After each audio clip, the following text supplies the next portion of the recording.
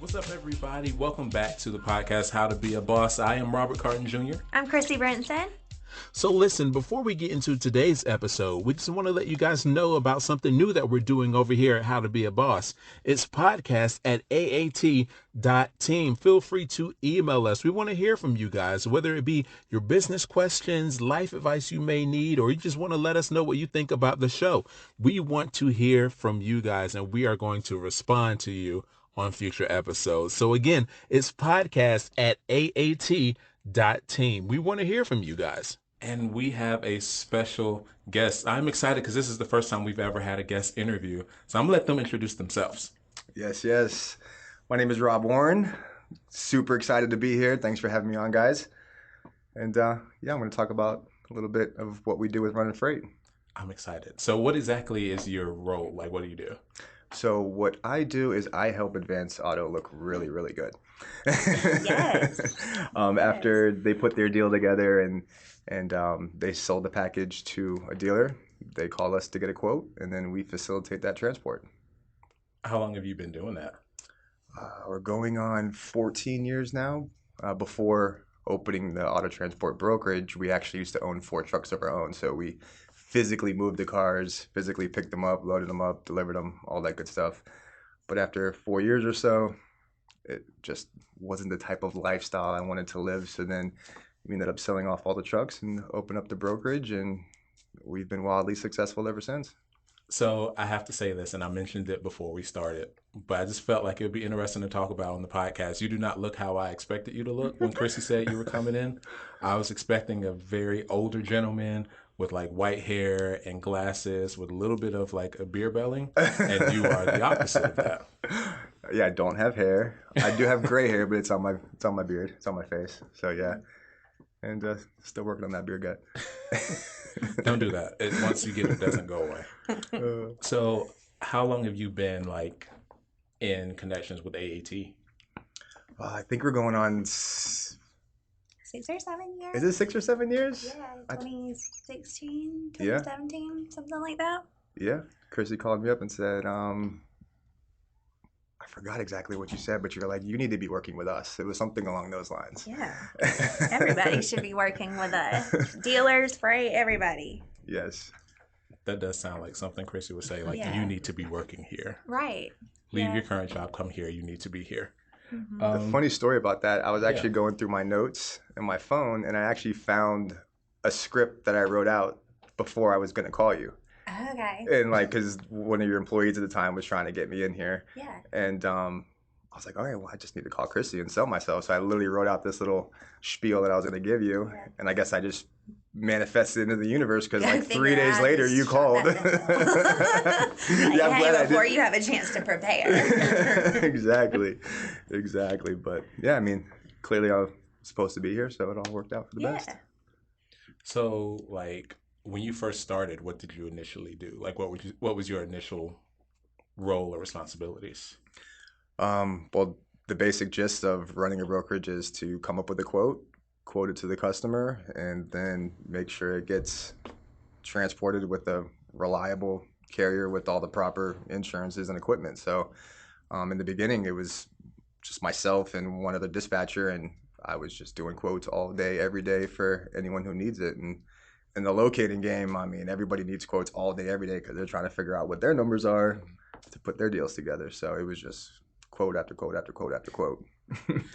And so, like, you mentioned earlier that, like, you're in a different space now than you used to be. Like, how has your role changed, like, over the years? And how have you gotten to the point where your business is almost, like, self-sufficient? Because I know there's a lot of folks that would love to be in that spot. Oh man, that's a great question. It's a loaded one too. Mm-hmm. Really, I found the key to being a good business owner and running your business properly is to have the right mindset. So I kind of go by mind, body, spirit, business. So if those 4 things are aligned, then success is going to come your way. So if you have the right mindset, you can handle anything really. So that's kind of the changes that I've made, and they've worked out well ever since. So yeah. Chrissy, you want to chime in on that? Because you've kind of gotten to that point as well a little bit. Yeah. I think that's like an experience thing. So like you have to have the right mindset for sure, because no matter how much experience you have, don't if your head's not in the right space, if you're not, fighting every day to make it easier on yourself to where you don't have to fight, um, you're not gonna you're just gonna stay still. You're gonna spin your wheels. So I definitely feel like over the years of us doing business, I've seen a major difference in the way that your company handles things with you wearing all the hats versus now that you have delegated some of those Exactly. Yeah, tasks. it's huge. It makes a big difference. It makes a big difference for the business owner themselves, and then it also makes a big difference for the client. It's so true because us as business owners, like we think we can do it all because when we started out growing the business and having this dream, you had to do it all. Yeah. So you're just constantly, you get in that mode of I could do it, I could do it, I could do it, I could do it, and you hire someone and then they're not doing it as they should, and you jump in and you try to do it for them, and that's not really Yeah. effective because you're just babying them and you're actually still doing the job, not Right. teaching them how to do the job. That was literally my biggest obstacle with hiring people up front, like in admin positions, Mm-hmm. because I had done it for so long. Like I was just really good at it, and everything just went smoothly and quickly, and I had a routine and what worked for me. And then when I tried to let somebody else do it and train them, it took me a long time to realize I just need to tell them what the end result Exactly needs how to to do be, it. show them how I do it, and then just let them do their thing. Because a lot of times because they're specialized at that one task, they'll find things that are much quicker than the way I was doing it. Mm-hmm. Or who cares if it's quicker as long as the job's getting done, it doesn't Exactly. have to be done the same way I do it. It just needs to be done by somebody other than me. And as long as you set that expectation of what's needed, then Yeah. they'll jump in and let them figure it out and do it the way they want to do it as long as it gets done. Absolutely. And I also think as long as you provide a good environment for people to work in, and people are happy and they want to come to work and they see the bigger picture and they see how they fit into that, you could literally be like, hey, I want this job that I used to do in 10 minutes done in 2, and they'll figure it out because they see how they fit in with everything, and they'll want to go above and beyond. So I just think as a business owner, when you can break all of your jobs up and say, okay, I have 5 hats that I'm wearing. How do I put this hat on somebody else? Or maybe it's even 2 people. So, that was another thing for me. I would handle something whether it's accounting or HR, whatever the case may be, and realize once I start hiring, hey, I need 2 people to fill this position. Yep.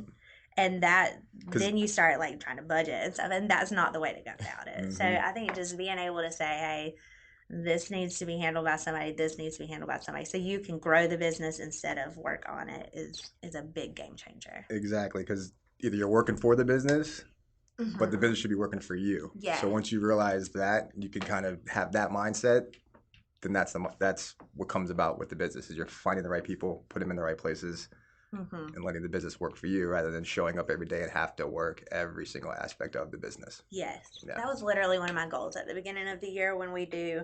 So just some backstory in our office. At the beginning of every year, every month, usually we'll do it either every quarter or on the halfway mark. We'll just look at goals. So everybody in the whole office brings their goals for the year at the beginning of the year, and we go over them together so we can celebrate and help each other.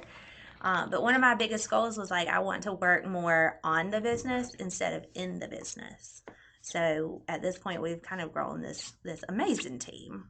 By the way, just fantastic. Never seen a team work like everybody does in our office. It's great. It's phenomenal.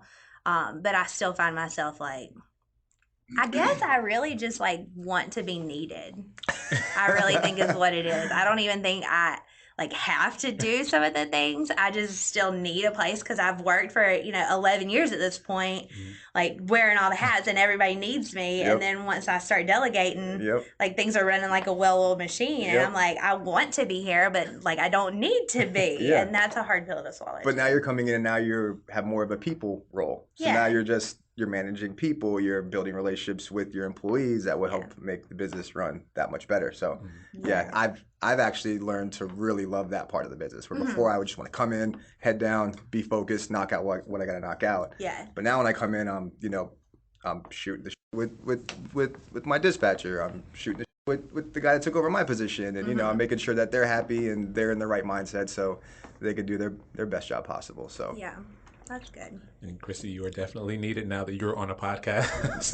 Yeah. So, I at least have to be here every Friday. yes. Yes. But I do think it's like interesting that you guys started talking about like delegating responsibilities to people, because that's something that I have been wrestling with the past few weeks or so, Okay. because I'm a worship leader at my church and I'm also the production lead. So I handle the that's lights, awesome. the sound, like everything. Gotcha, all the show And production. yes. And I have like an expectation of how things need to be run and how they need to be run efficiently. And it's very hard for me to like give a responsibility to someone and then take my hands completely off of it. Like there's a part of me that always just wants to like be behind them and be like, we need to do that this way, move that up a little bit, especially running sound, because I'm very particular about that. And I feel like I get on my sound guys' nerves a little bit. You Because do. I probably do. Because I will go behind him and be like, hey, we need to turn that up a little bit, or we need to make that adjustment. Yeah. So like, how do I not do that? Okay, so this was a big thing for me with the sales team, right? So when we were little bitty baby sales team, people would come to me with problems, or maybe I would just notice that there was fixing to be a problem that they didn't even see yet, and I felt the need to step in and control it. But what I was really doing in that moment was hindering them from growing. So like once I finally was like, I'm literally doing the opposite of what I should be doing. I learned by going through trial and error and having mistakes and like messing things up and then realizing, okay, that's not where I need to be going, and then going over here. So I think that being okay with them learning a lesson instead of it needing to be perfect in this moment will make it perfect in the long run. So like at this point, when somebody on the sales team brings me a problem, my thing is like, how would you handle this? And I let them give me an answer. And if their answer is completely off in left field, I'm redirected. I'm like, that's a great suggestion, but let's do this instead. But like, even if their solution is not the same solution that I would have, I'm like, great. And it kills me, Robert. It kills me.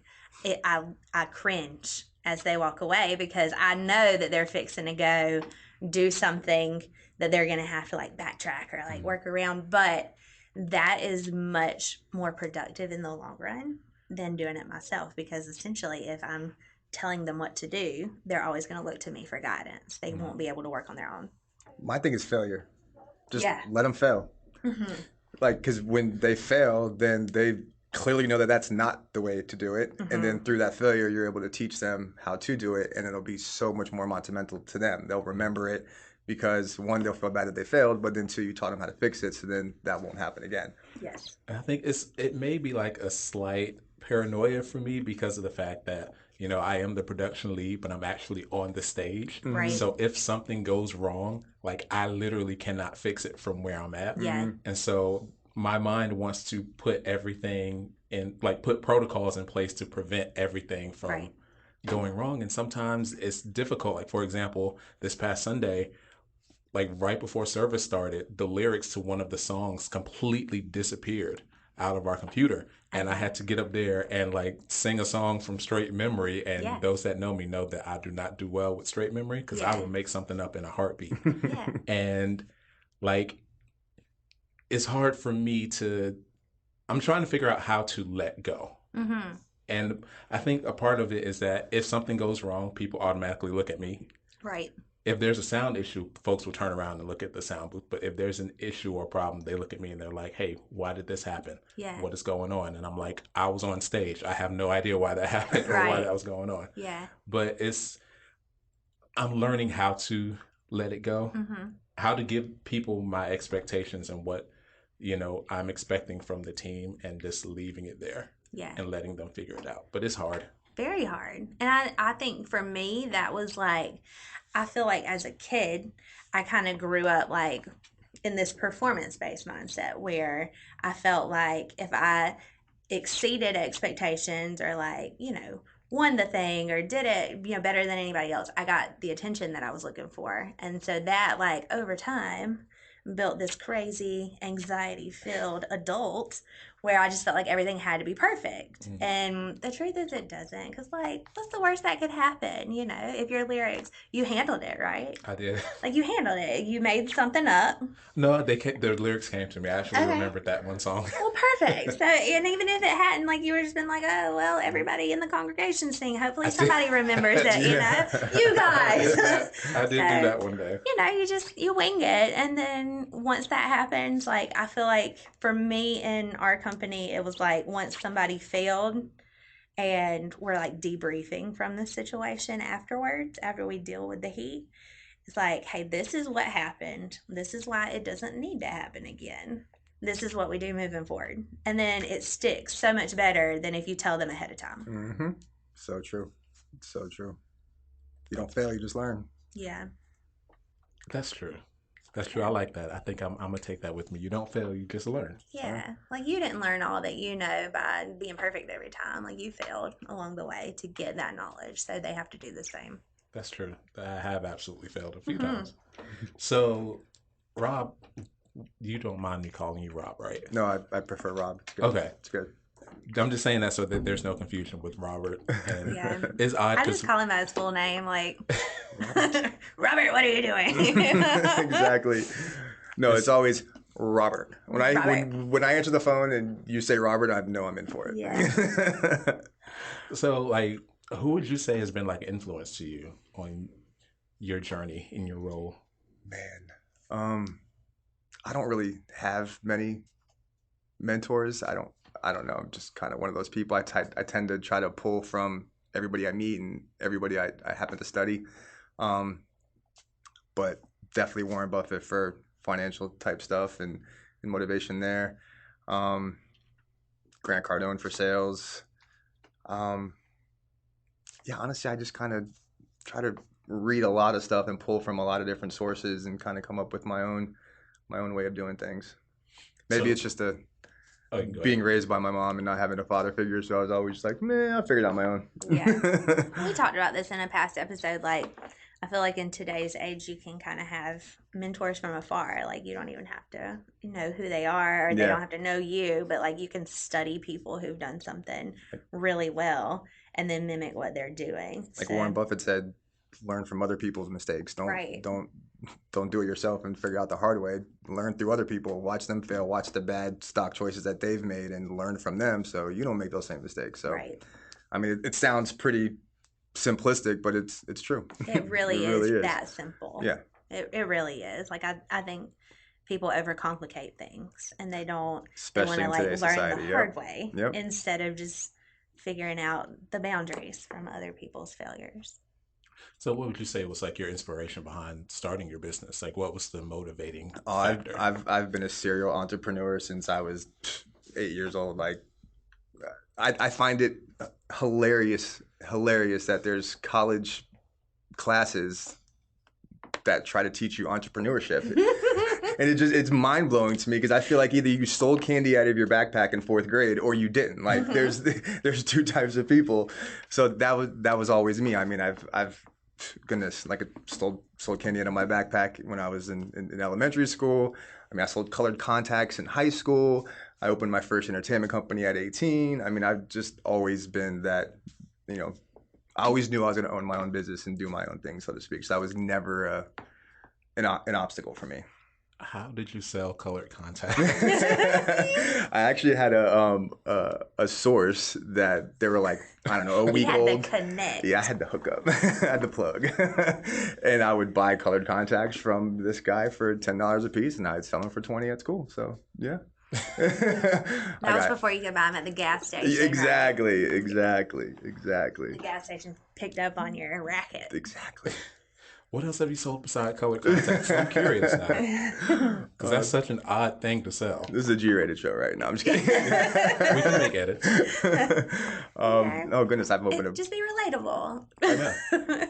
I've opened a window cleaning company, pressure cleaning company. Yeah, I've owned an entertainment company since I was 17, and that was my biggest thing, I guess you could say. From 18 to 22, I did a lot of club events and ran nightclubs and all that good stuff. Okay.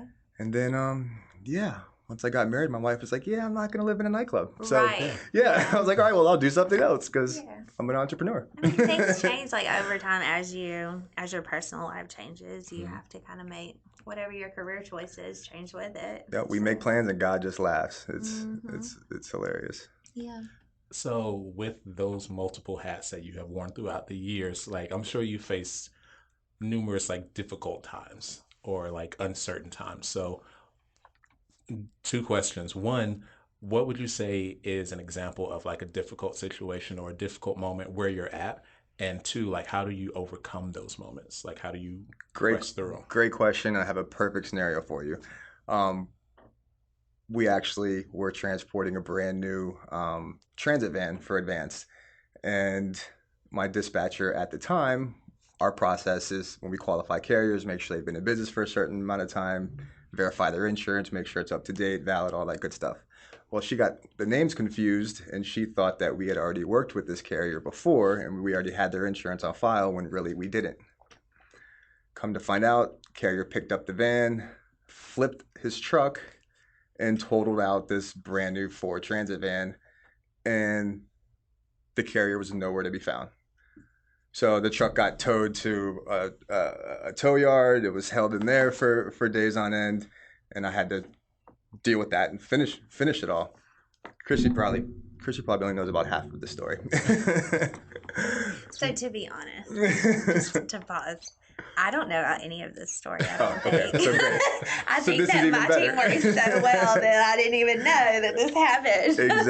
Exactly. So continue. We're invested. Yeah. Yes. So I thank God the general manager of the Ford store was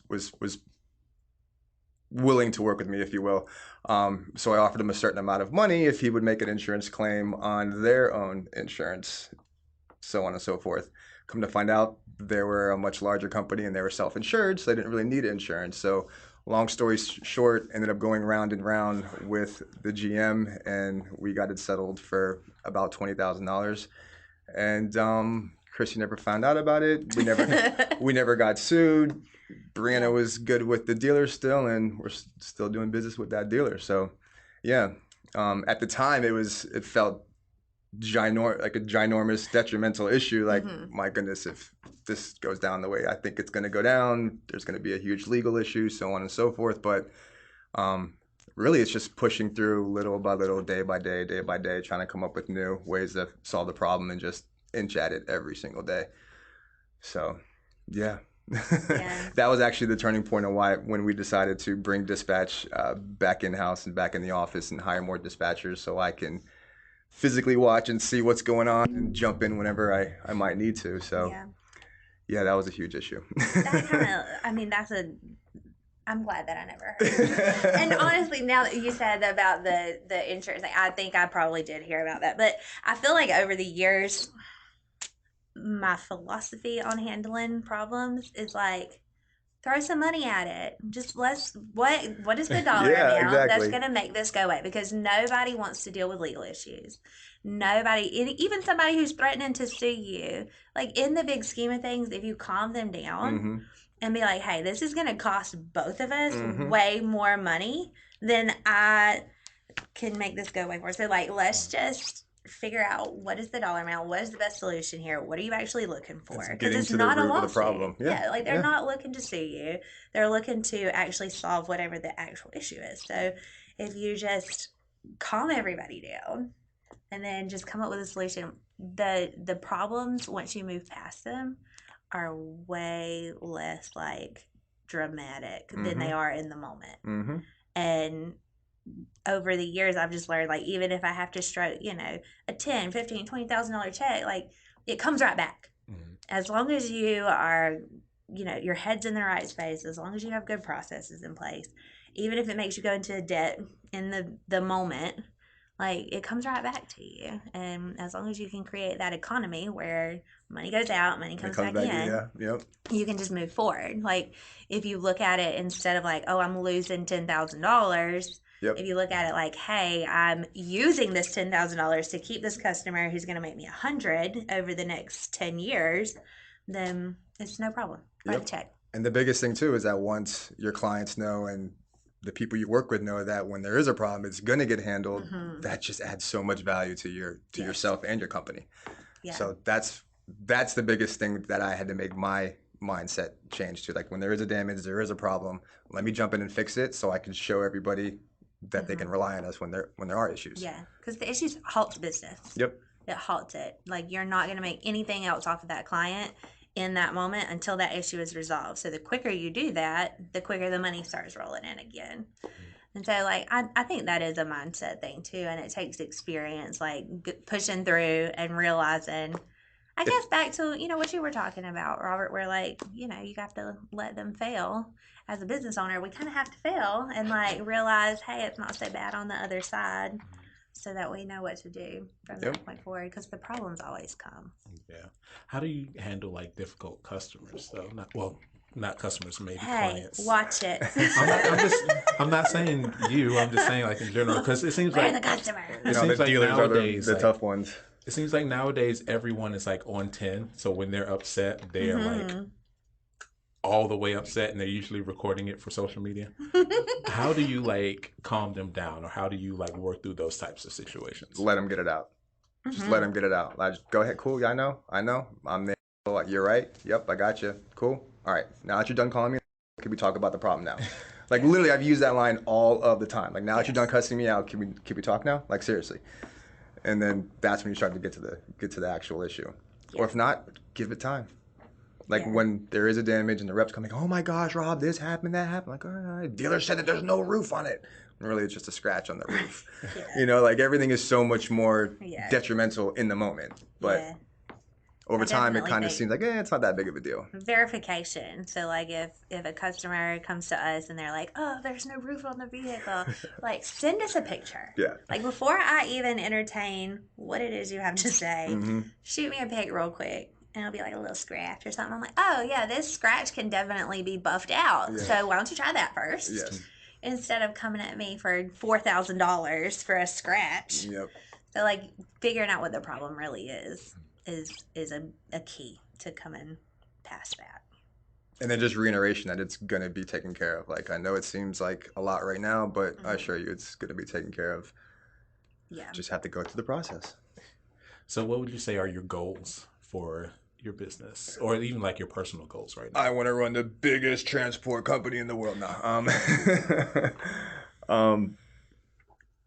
Honestly, just to keep doing what we're doing and just to keep growing. I've created a SaaS program, which is software used as a service that helps keep all of our clients updated and up to speed on everything. And my goal is to hopefully maybe get that out to the public and help other companies run their companies a little bit more efficiently like I do. So you say you're an entrepreneur. Are there any other businesses that you might like venture out into? I learned that once you're on a wave, ride that wave. So I'm on the transport wave, so I want to maximize everything I can in transport. So that's why we did the trucking company, and then that really wasn't what I wanted to do. Got into the brokerage, that worked out great. And then how can I make this better? Created the CRM to help make our company run better. And then hopefully maybe, like I said, we can help other companies and help them run their company a lot more efficiently. I think when you have something that earns you that high income, passive income is where it's at. Like if you want to divert your attention, it needs to be on something that doesn't require your attention. So like whatever account you can throw money into that works for itself or makes money for itself. Maybe it's like, investing in the stock market, or maybe it's like investing in a REIT, or like having rental houses, or whatever requires you to do nothing other than set it up. that's where your attention should be at, not trying to own 6 businesses that need you Yep. all at once, because then you're not capitalizing Because on where the money's really at. whether you know it or not, when you're taken away from one thing, then your time and energy and everything that you put into that side of it, and you're manifesting all that into the universe, all your energy is poured into that. That's what's making you succeed. So when you take that away and you start to give that time and energy and effort to something else, then you're splitting that. So then obviously your success is going to go down in one category. So if you could just stay focused in that category and maybe even find something that's still in the category but slightly pivoted a little bit to the same in the same realm, you're still good because you're still having the same energy, same focus, still manifesting the same goals, all within the same thing. Yeah, I think a lot of people, when they start a business, they go from like broke to making decent money. And once they start making that decent money, they're like, let's go to something else to make some more decent money. When if they just double down on the one thing, they can make massive money. Yes. And that was a thing for me. Like, I thought I was making good money at one point, and I thought I was I had no idea. Yeah. Like, I had no idea that, 4, 5, 6 years go by, things are crazy. Yeah. As you continue, you know what I mean? So, like, you just have to kind of stick with stuff. I can remember first starting out, and I'm like, we did $1,000 this week. Like, I made $1,000 this week by myself. Like, I thought that was the best thing ever. And then that went to 3,000, and then 5,000. You're like, oh, okay. So all those goals that you had for yourself, you started crushing them, and then you look back on them, you're like, that was nothing. Like, but you have to go through that, and it's just levels that you're jumping. So, like, just to to AAT's horn real quick, our sales team recently, I was looking back at like I have a spreadsheet of all of our months and years and stuff, and like what we've done. Our sales team wrote in 1 month what we wrote in the first like 4 years of business. That's insane. I never in my life would have even like in that moment pictured that kind of money. And that's what I feel like sticking with something does. Like you consistently grow. And then once you perfect those processes, there's like massive growth that takes place that you're not even prepared for. But you had to have seen this. Like you envisioned all of this that's going on right now. No. Really? No, absolutely. Really? It's hard.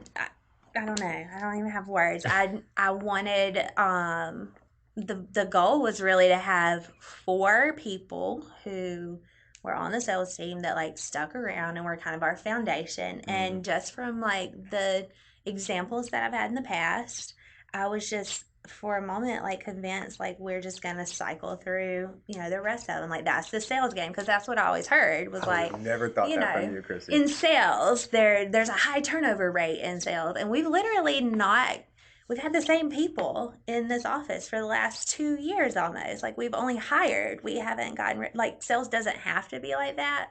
And I think just overcoming those preconceived notions that you're like taught coming up or like taught once you get into something, just busting through that, then the vision starts happening. Yeah, it reminds me of an interview with Kid Rock, and the interviewer asked him, he said, did you ever think that you would make it and you would be this big? He goes, every day. And that just stuck with me. I'm like, you gotta just look at the huge picture of where you want to get and then break it down backwards. Absolutely. So like, yeah, I had this vision in my head of, where I want to be and so on and so forth. And I'm going to get there. So that really resonated with me when I heard Kid Rock say that. I was like, that's freaking awesome. That definitely makes sense. I kind of feel like in our industry, there's a lot of bad examples. Yeah, especially. There are a lot of bad examples. And well, in this industry it's been around 10 years maybe? Like it's a very, very niche. Like 2000s and stuff. So like. Gotcha. I think once I got rid of all of that, like just the examples that were given, like once I was like, okay, we can do something completely different within the same industry. Like I started looking for, like if other companies were doing it this way, I wanted to do something the opposite and still make it work. So once I started getting outside of that comfort zone, that's when the vision came. Well, I think you figured out how to run a company and not a team, like not just a sales team. Yeah. So once you figured that out, everything just started growing because you've created this amazing culture, company culture, this amazing sales culture. I mean, just to see how excited everyone is to work and do their thing is awesome, which is it's huge because all the examples that you've had before were just come in, pound the phone, smile and dial, ABC, always be closing, and that's that. Yeah, fight for stuff. Like, crazy. But your consistent training and motivation and just, building the company culture that you've built is awesome. It's amazing. Yeah, teamwork is a big thing. So, like, on the sales floor, when everybody understands that, we're here for our own paycheck, but, like, we can't do that without helping others. And so, like, we have to value to help the the company. clients. We have to help freight. We have to help each other. So once that started taking place, it just kind of blew up from there. Like, everybody helps each other. There's plenty of opportunity. We don't have to fight over a deal. Let's go make 3 more. So, Yep. Yeah, I'm still waiting for my $1,000 week. Friend, just throwing that out there. It's coming. Hey, listen. We'll get you a phone. We'll get you a phone. If you're listening, we need you to subscribe to our YouTube because Robert and Seth have a bonus on the line. So we're looking for 1,000 subscribers on YouTube, and then these guys get a bonus. Yes. So help them out. Go hit subscribe on YouTube. We're trying to get to that comma club. Yeah, check us out. Folks are subscribing everywhere else, though, which is good. Which is good. Well, step up the YouTube game, Seth. What are you doing? So he can't even defend himself. He doesn't have a mic. Nope, he just has to sit there and deal with it. Got it. So, Rob, like, what advice do you have for any upcoming entrepreneurs? Really, just you can't be scared, and you got to have a short memory, like straight up. Like you can't be scared to fail. Sometimes you just got to jump and figure out how to fly on your way down. I mean, it just is what it is. But if you're that kind of person that you need structure and you need to be told what to do, and you're not very disciplined and don't have that drive, then you might not want to open a business. But you just, if you're an entrepreneur, you know that you're an entrepreneur. So just go with your gut and just do what you're being told to do in your head. Like, you know what to do, just do it and figure it out. Like, I feel like that's the biggest thing of entrepreneurs is they know how to figure things out. So they see a process or they see an opportunity that could use a service, and then that entrepreneur creates that service. That's awesome. Thank you so much for stopping by for our podcast. Of course, man. Thank you so much. I appreciate you guys for having me. This is awesome. You have officially made history as our very first guest interview. Yeah. This is actually my first guesting on a podcast. Oh. Yeah. Well, at least a business one anyways. Yeah. Well, it's a lot of firsts. So if someone wants to reach out to you, where can they find you? EagleAutoRelocation.com. Awesome. Are you on social media at all? Like your business on social media? Yeah, you can find my business on social media. Yeah. He's a content crew, doesn't he? Listen, Seth and I can do things on the weekends. Side hustling. We were just talking about this. Trying to get that bonus. Yeah. But again, thank you so much for stopping by. Of course. Thanks again. I would say my takeaway, we do a takeaway at the end of every episode. My takeaway from this one is you can't be afraid to fail because it's going to happen one way or the other. Exactly. And the only thing you can do from it is grow. So if you fail, take the lesson you learned from it and keep moving. Absolutely. So, That's Chrissy, a good you takeaway. have anything? Yeah, my biggest takeaway from this episode we actually didn't even talk about. It's more of a personal thing. I feel like in business you have to have a good network, a good strong network, and I think that over the years, even though me and Rob have had some rough patches here and there, where there was maybe some button of heads or frustration or whatever the case may be. That's on me. I'll take that one. That's on me. That's on me. I feel like, if you're going at it from a business perspective and not a personal one, and you're like, hey, this is the problem, this is how we overcome it, and coming up with good processes, it makes for a stronger relationship on the other side of that issue. And I think that's kind of something we've proven time and time again at this point. So the fact that Rob is our first guest on our podcast and that, we're hanging out and stuff, I think just kind of solidifies that. Yeah, it's all come full circle. Love that. Yeah, well, we appreciate you coming all the way to visit us and to stop by here. And also, y'all follow us. YouTube Advanced Auto Transfers. Also on Facebook, Instagram, and TikTok, all Advanced Auto Transfers. All the things. Let's go. Visit us also at www.autotransfers.com because we can do a lot for you and your dealership. Just tell us what you need, and we got you. And also, there's a new exciting thing that we're doing. We mentioned it in the last episode. We want questions and comments from you guys. So, Chrissy, what's the email that they can send their questions and comments to? Podcast@aat.team. TEAM. Soon as we start getting those in, we're going to start responding. And I feel like that's going to be very interesting. Interesting conversations. Yeah. But anyway, thank you guys so much for listening. Be sure to check us out again next week, wherever you find your podcast. We're going to be there. I am Robert Carton Jr. Christy Brinson. Rob Warren. Thank you guys so much, and we'll see you next week.